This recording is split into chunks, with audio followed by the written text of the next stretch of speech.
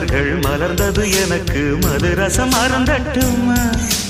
விடுகின்ற வரையில் முடிகின்ற வரையில் கவிதைகள் எழுதட்டுமா முத்தம் என்ற கடலில் முத்து குளிப்போமா அழகு அழகு ஓ நீ நடந்தால் நடையழகு அழகு நெருங்கி வரும் இடையழகு அழகு வேலெறியும் விழியழகு